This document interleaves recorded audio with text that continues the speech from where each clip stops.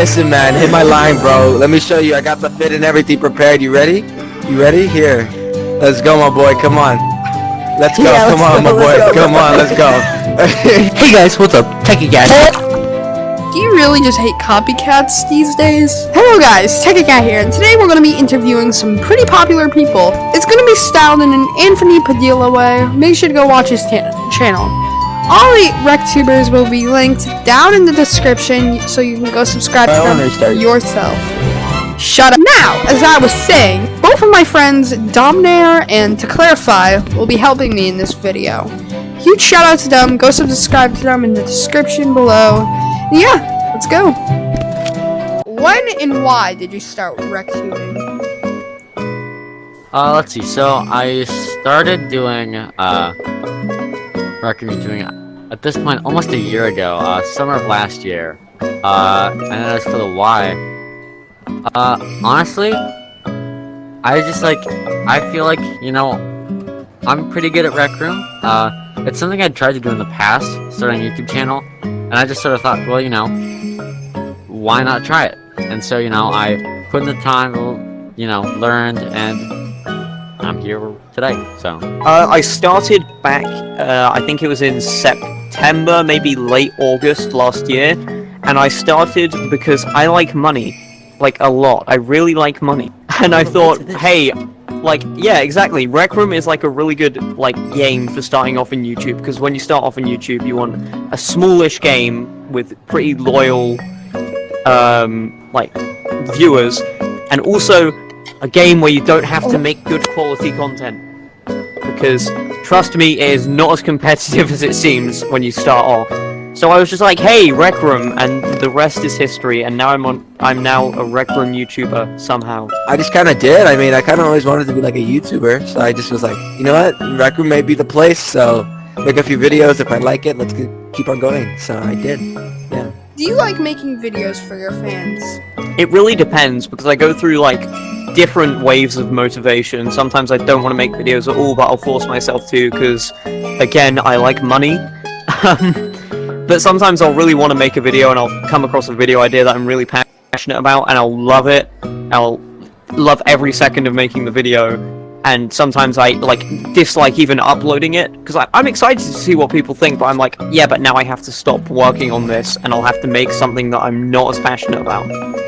It's a mixed bag. Absolutely not. I hate every single one of my fans. Every single one. Every single one. I hate them all. It can depend. Sometimes if I'm feeling a bit more energetic, you know, I have a good video idea or something like that, it's a lot of fun, you know. One of the things, like, a lot of my earlier uploads, yeah, I had a lot of fun doing that. But there's also sometimes, you know, feeling a bit of a rut, maybe couldn't think of that many good ideas, and those are a bit slow, but they carry on. Speaking of ideas, how do you come up with your ideas? That's kind of tricky. So, I don't have much criteria for what content I make, because I do a wide variety of stuff. I really only just sort of think, okay, what hasn't been done? And so I always try and come up with, like, original stuff. And so that can be actually pretty hard sometimes, which is sort of why it can be hard to come up with ideas, as I said earlier. But, I mean, honestly, it's just stuff that kind of comes to me, you know? I don't, like, sit down and be like, alright, I need to brainstorm for a video. I suddenly realize it, which is a little inconvenient for me. So basically, in my head, it's like the DVD screensaver, and, like, every time it bounces in the corner, I have a video idea. I take a fat shit and think. Pretty much it. Pretty much it. I literally can't even build that down any further. It's just, that's pretty much all I do. Which Rectuber inspires you the most? Honestly, well, I would say it'd probably be Bothia, for, I think, two reasons. The first is, he's actually the first Rectuber I ever met, way back when I was talking to one of my friends, and he was like, hey dude, Bothia is streaming, do you want to join? This is like, well, who's that? And so basically, learned all about, you know, Rectubers and stuff like that. Actually managed to play in a game with Bothia. That was a fun time, and I had a really fun time with it. And he's actually one of the kind of big reasons I'm doing Rec Room YouTube right now. I've also just you know, if you know anything about both I, which I don't expect most people to, kind of what he says on his community posts and stuff like that. You know, he's working like, I think 2 jobs or something like that, and he's still cranking out videos, and he's dedicated, and he's all around nice dude. I've worked with him before. He's just like, if I had to pick a Rectuber to aspire to be, it would be him. That's what I'll say. So I'd say the one that inspired me in the beginning was definitely Therapeutic. I supported Therapeutic right up until I got verified and all that. I cannot thank her enough because she was one of the first people that kind of looked at my YouTube channel and said, yeah, this guy's gonna do well. She featured me on her channel page. She gave me loads of advice. I'm really thankful. And she also, like, a lot of my videos, if you look at some of my videos, some of them you can kind of see where I've taken the inspiration, especially with the ones where I sit down and talk a lot. But as of recent, I've kind of strayed away from that style of content because I found it's a lot less fun to make for me.